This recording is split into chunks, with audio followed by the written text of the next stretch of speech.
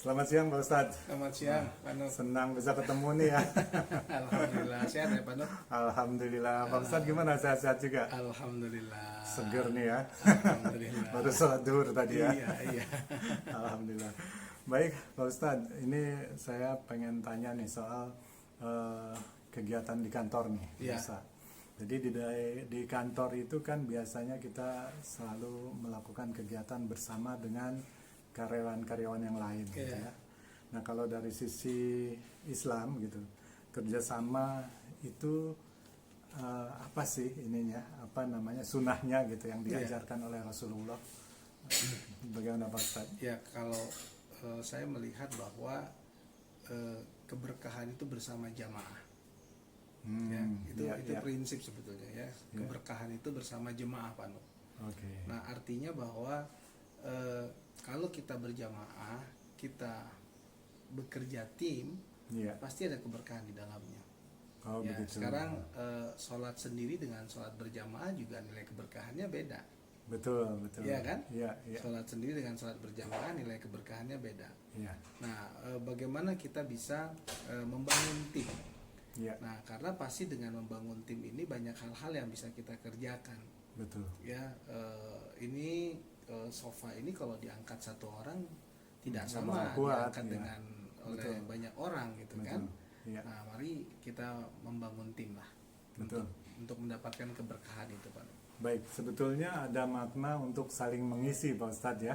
Kan keahlian atau kemampuan seseorang dengan orang lain berbeda-beda tuh. Dalam konteks bekerja sama berjamaah itu tentu saling mendukung satu sama lain. Betul. Di situ maknanya ya Pak Ustadz ya.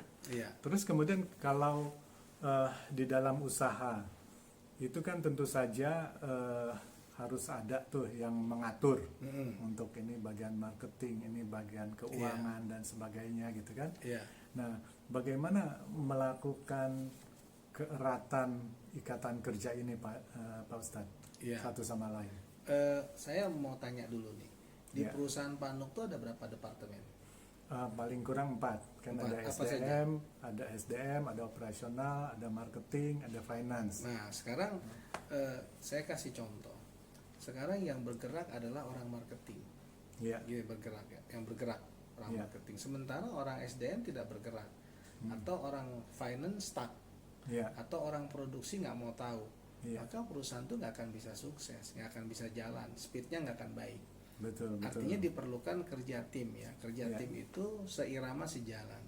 Masih ingat mungkin diskusi kita waktu itu, salah satunya leadernya bagus nih Pak Nok. Leadernya bagus. Ya, kendaraan yang digunakan perusahaannya perusahaan sehat gitu kan, kira-kira gitu. Nah, tapi kalau itu saya analogikan adalah sebuah mobil. Nah, sekarang 4 departemen tadi perumpamaannya adalah ban. Nah, ban yang depan kanan itu isinya 30, depan kiri isinya 18. Belakang kanan isinya 25. Belakang kiri isinya 32. Nah, kira-kira bagaimana itu suasana ketika seorang leader, seorang pembawa mobil itu menjalankan mobilnya? Betul. Nah, pasti tidak nyaman. Pasti nggak nyaman, pasti bermasalah. Nah, makanya sebetulnya seorang pemimpin itu dia bukan hanya mengendalikan perusahaan itu untuk mencapai target, karena itu sebetulnya adalah bagian dari tujuan kan. Yang paling penting dia bagaimana menyatukan frekuensi sehingga antar satu sama lain departemen itu saling terkait. Betul. Seperti 5 jari ini saling membutuhkan satu sama lain. Tanpa kelingking nggak akan efektif. Apa yang kita pegang, tanpa jempol nggak akan efektif apa yang kita pegang. Maka kerja tim ini menjadi penting sebetulnya. Iya, betul. Jadi istilahnya perusahaan ini harus memiliki satu tujuan tadi seperti yang Pak Ustadz bilang ya. Betul. Biasanya di perusahaan itu diikat oleh visi dan misi perusahaan Pak Ustadz. Itu kan sangat penting ya artinya ya. Nah, bagaimana menurunkan ini kepada para anak buah atau orang-orang lapangan? Karena kan mereka seringkali tidak nyambung atau tidak nyampe ya, terutama untuk level-level yang menengah ke bawah gitu kan. Ini bagaimana merekatkannya Pak Ustadz? Yang paling penting nomor satu itu memang nomor satu ya adalah sebuah keteladanan dari seorang pemimpin, dari seorang leader. Bagaimana membuat timnya itu nyaman dengan dia.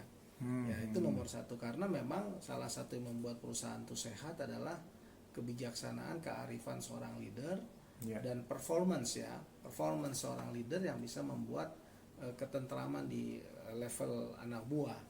Nah, kemudian bagaimana senantiasa diingatkan di setiap meeting itu bahwa visi besar kita adalah bagaimana menjadi perusahaan terbaik misalnya di Indonesia. Betul. Nah, maka visi besar itu harus kita konkretkan dalam bentuk langkah-langkah di misinya, gerakannya apa. Betul. Nah, sehingga ada hubungan benang merah antara visi, misi, dan tindakan tentunya. Betul. Nah, di tindakan ini perlu ada 3 hal penting, Pak Nuk. Yang pertama itu adalah berpikir positif. Nah, berpikir positif itu membayangkan bagaimana suksesnya sebuah perusahaan, sehatnya sebuah perusahaan. Itu berpikir positif. Bayangkan bentuknya, bagaimana hebatnya nanti perusahaan ini 10 tahun ke depan. Nah, kemudian berjiwa positif. Nah, bagaimana setelah kita bayangkan membangun semangat kita, membangun emosi sukses kita. Nah, tentu nanti diselaraskan dengan tindakan yang konkret, langkah-langkah strategi, tindakan-tindakan konkret, bagaimana kita mengkoordinasikan antar bagian, bagaimana kita mencari solusi setiap masalah-masalah yang dihadapi, baik itu dalam skala kecil ataupun skala besar misalnya. Nah, itu pentingnya di situ nanti, Pak. Ya, betul. Cukup menarik, Pak Ustadz ya. Tadi terutama yang Pak Ustadz sampaikan tuh soal memberi contoh. Jadi pemimpin tuh harus jadi role model gitu ya. Baik dari direkturnya, manajernya gitu kan, harus berorientasi ke arah yang sama, ke tujuan yang sama.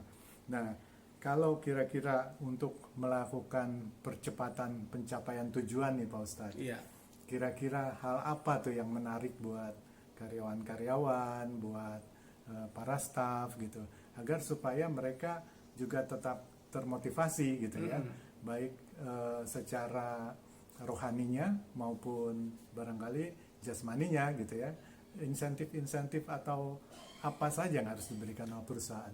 Iya, nah saya melihat bahwa sekarang terjadi tren, terjadi tren di perusahaan-perusahaan itu pendekatannya itu adalah pendekatan spiritual. Nah, itu jauh lebih baik daripada pendekatan-pendekatan yang bersifat materi misalnya ya. Betul, pendekatan materi ini sangat mendukung. Tetap perlu ya. Tapi tetap yang prioritas adalah pendekatan spiritual. Nah, makanya kenapa ada tren baru di kalangan pengusaha-pengusaha ini misalnya mengumrohkan karyawannya, itu misalnya pertama. Yang kedua misalnya dalam berkaitan kebutuhan, memenuhi kebutuhan karyawan, siapa yang teladan tahun ini dia boleh menggunakan fasilitas kantor untuk cicilan rumah misalnya, atau kantor membantu DP dia beli rumah misalnya. Nah, itu kan sebetulnya reward. Tapi jangan lupa juga harus ada punishment. Nah, punishment ini juga penting bagi orang-orang yang kinerjanya tidak baik, karena gini, orang-orang yang tidak baik di lingkungan orang-orang yang baik ini menjadi virus sebenarnya, bisa merusak, Nah, maka harus ada langkah-langkah konkret juga buat orang-orang yang tidak bisa satu frekuensi ini, berupa punishment tadi. Baik, Pak Ustadz, waduh senang sekali nih, banyak hal yang bisa kita petik dari pencerahan Pak Ustadz tadi. Jadi terima kasih sekali atas pertemuannya. Baik, Assalamualaikum warahmatullahi wabarakatuh. Waalaikumsalam warahmatullahi wabarakatuh.